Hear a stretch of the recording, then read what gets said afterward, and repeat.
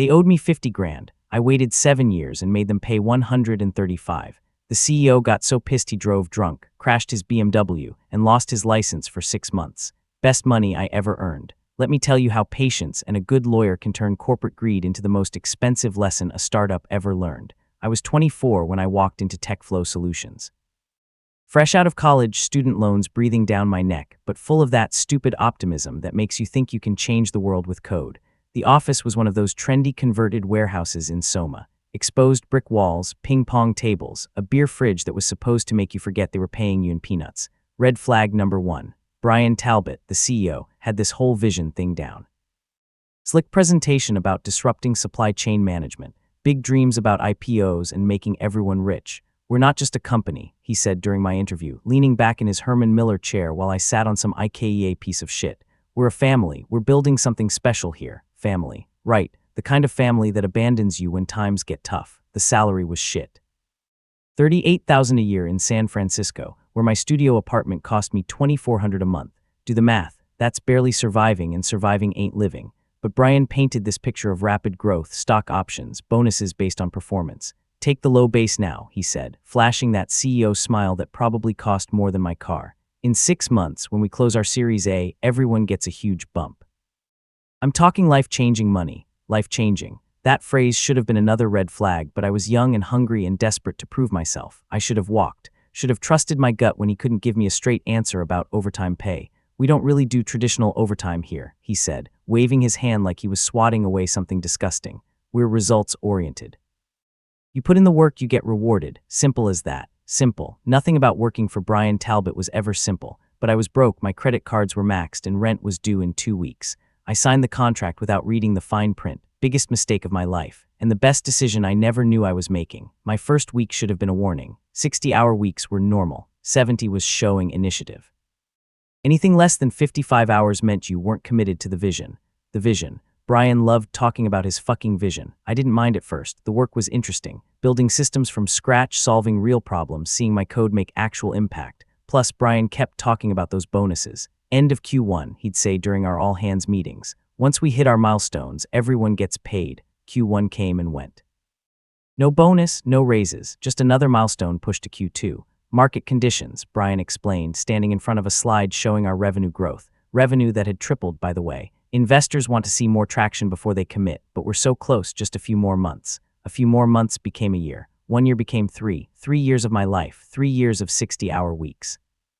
3 years of weekend deployments while Brian posted Instagram photos from his fucking Tahoe house. I kept track. Of course I kept track. Every hour, every late night, every weekend I spent in that office while my friends were out living their lives. Spreadsheets don't lie, people do. My logging system was simple. Clock in, clock out, note the reason for overtime. Emergency deployment. Client deadline. Brian's latest brilliant idea that couldn't wait until Monday. By year 3, I'd worked 2,847 hours of unpaid overtime. At market rate for senior developers in San Francisco, that was worth $53,415. 53 grand they owed me. 53 grand Brian kept promising was coming soon. The worst part wasn't the money. It was watching Brian build his empire on our backs while pretending he was doing us favors. We're disrupting the traditional work-life balance, he'd say during company meetings. When you love what you do, it's not work. Bullshit. When you love what you do but can't afford to live while doing it, it's exploitation. Brian hired young developers straight out of college, kids who didn't know better. Kids who were so grateful to have a job they'd work themselves to death for the promise of equity. Sarah, our UI designer, slept at the office 3 nights a week because she couldn't afford gas money to drive home. Brian called her dedicated. Marcus, our QA lead, missed his daughter's first birthday because of a critical deployment. Brian bought him a beer and called him a team player. Jennifer, our project manager, had a panic attack during a client presentation.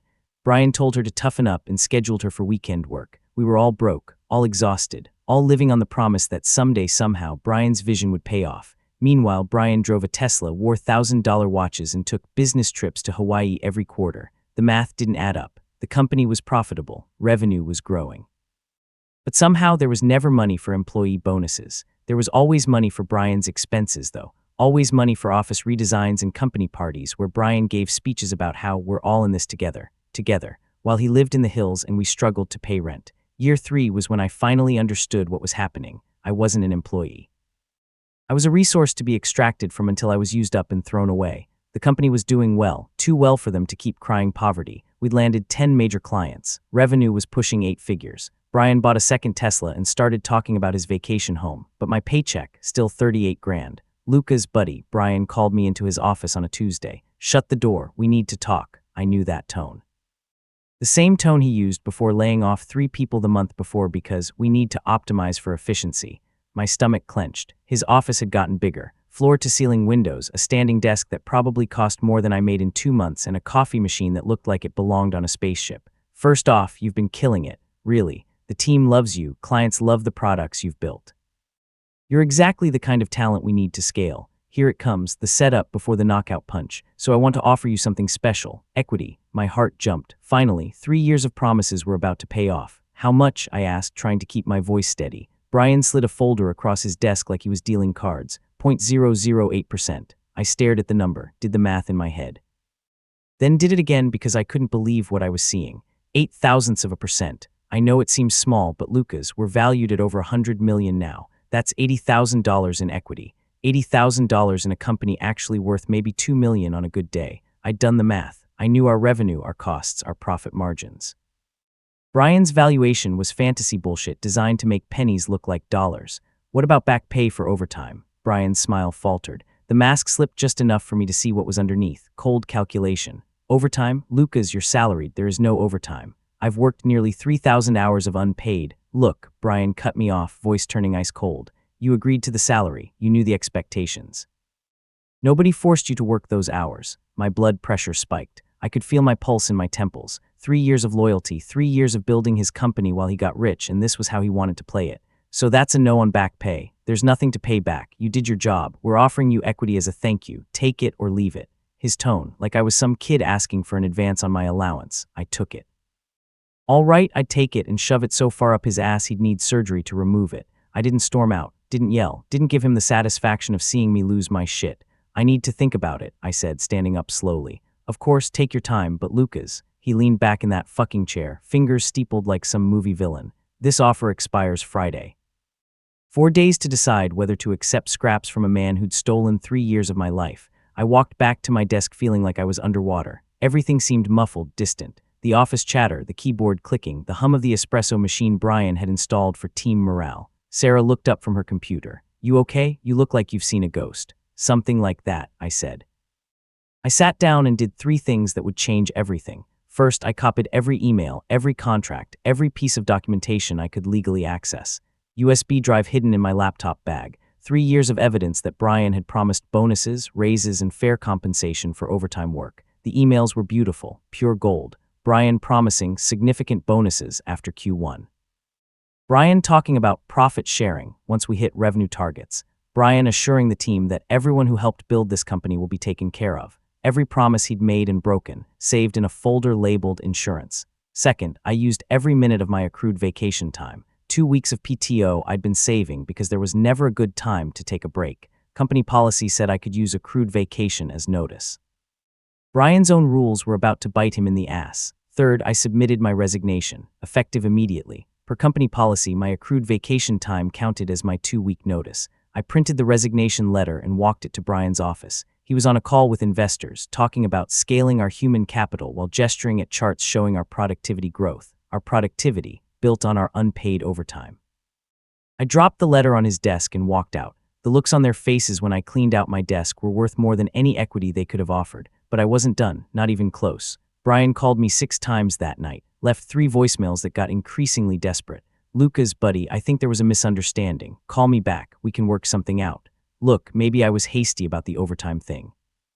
Let's grab coffee and discuss this like adults. You're making a huge mistake. This company is going places. Don't throw away your future over hurt feelings. Hurt feelings, like discovering you've been systematically robbed, is just an emotional overreaction." I saved every voicemail, added them to my growing collection of evidence. The next morning, I sent 1 email. "Brian, for our conversation yesterday, I'll be declining the equity offer. Please send written confirmation of company policy regarding overtime compensation for salaried employees.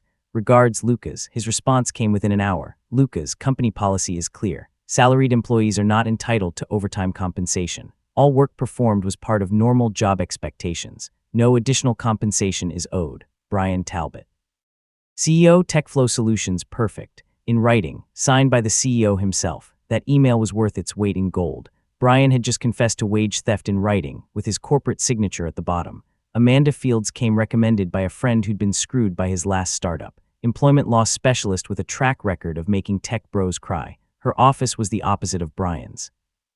Functional furniture, law books instead of startup manifestos, and photos of her kids instead of magazine covers featuring her face.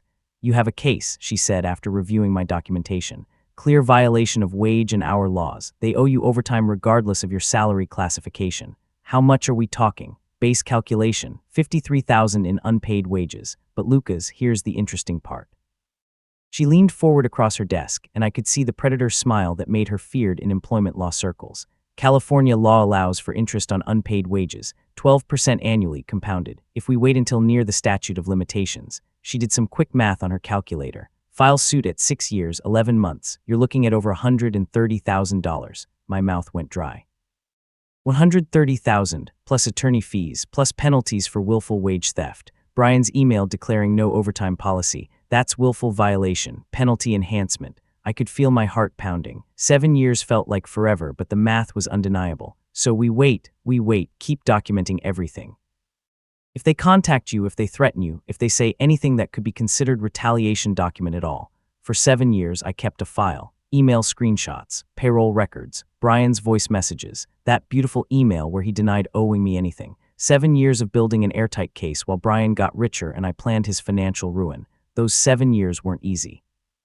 I found other work, but the startup world is small. Word got around that I'd caused problems at TechFlow. Some doors closed, but I kept building my case. Every 6 months, I'd check TechFlow's website, watch their growth, see Brian's face in tech publications talking about building company culture and treating employees like family. The irony was sickening. I watched him hire young developers fresh out of college. Watched him promise them equity and bonuses. Watched him build his empire on the same lies he'd told me. Sarah lasted 2 more years before burning out. She moved back to her parents' house in Ohio, her dreams of tech success crushed by 60-hour weeks and broken promises. Marcus left after missing his daughter's 2nd birthday for another critical deployment. He became a teacher.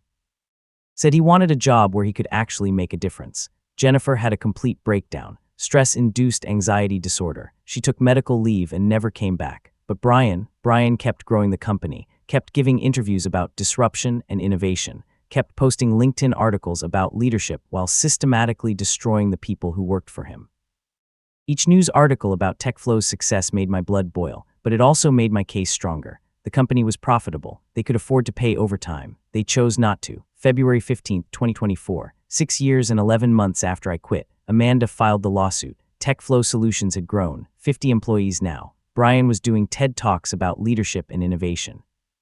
His LinkedIn showed photos from company retreats in Costa Rica and team-building exercises in Napa Valley. The lifestyle he'd built on stolen wages. The lawsuit hit them like a freight train. Violation of California Labor Code Section 510, willful withholding of overtime wages, seeking damages of $127,000 plus interest, penalties, and attorney fees. Brian's lawyer called Amanda within hours. My client disputes these claims entirely. Mr.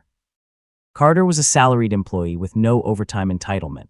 Your client put that in writing, Amanda replied. Makes our case much easier. We're prepared to fight this aggressively. Good, see you in court. The discovery phase was beautiful. They had to turn over payroll records, company emails, financial statements. Everything I needed to prove my case and then some, but the real treasure was in Brian's deposition. Brian's lawyer prepped him wrong, told him to be aggressive to defend the company's position, show strength, bad advice when you're being recorded under oath. Amanda started slow. Basic questions about my employment, my job duties, company policies. Brian seemed confident, relaxed even. Mr. Talbot, Amanda began, did you promise Mr. Carter bonuses based on company performance? All employees were eligible for discretionary bonuses. But you specifically told Mr. Carter he would be rewarded for his overtime work, correct? I may have mentioned that hard work gets recognized. You told him he'd get life-changing money if he worked extra hours to help the company succeed. Brian's face was starting to redden. I was talking about the overall opportunity. The overall opportunity that resulted in Mr. Carter working nearly 3,000 unpaid overtime hours. Nobody forced him to work those hours, and there it was. Brian's lawyer was frantically signaling him to stop talking, but Brian was on a roll. Look, Lucas was young and ambitious. He wanted to prove himself. That's how startups work. You grind early, you get rewarded later. If he couldn't handle the pace, he should have quit sooner. But when he did quit, you offered him equity worth significantly less than market rate for his overtime hours. We offered him what he was worth. Amanda smiled.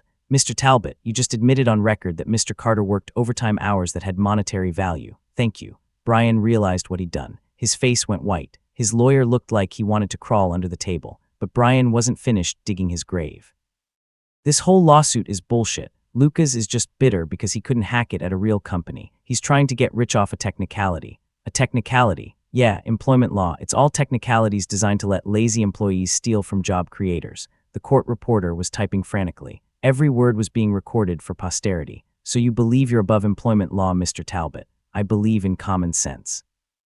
I believe in rewarding people who actually contribute instead of clock watchers who think they deserve something for nothing. His lawyer finally managed to shut him up. Too late. The judge took 1 week to decide.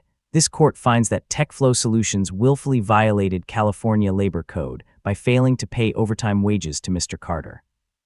The defendant's own statements and documentation make clear that overtime work was expected and promised to be compensated.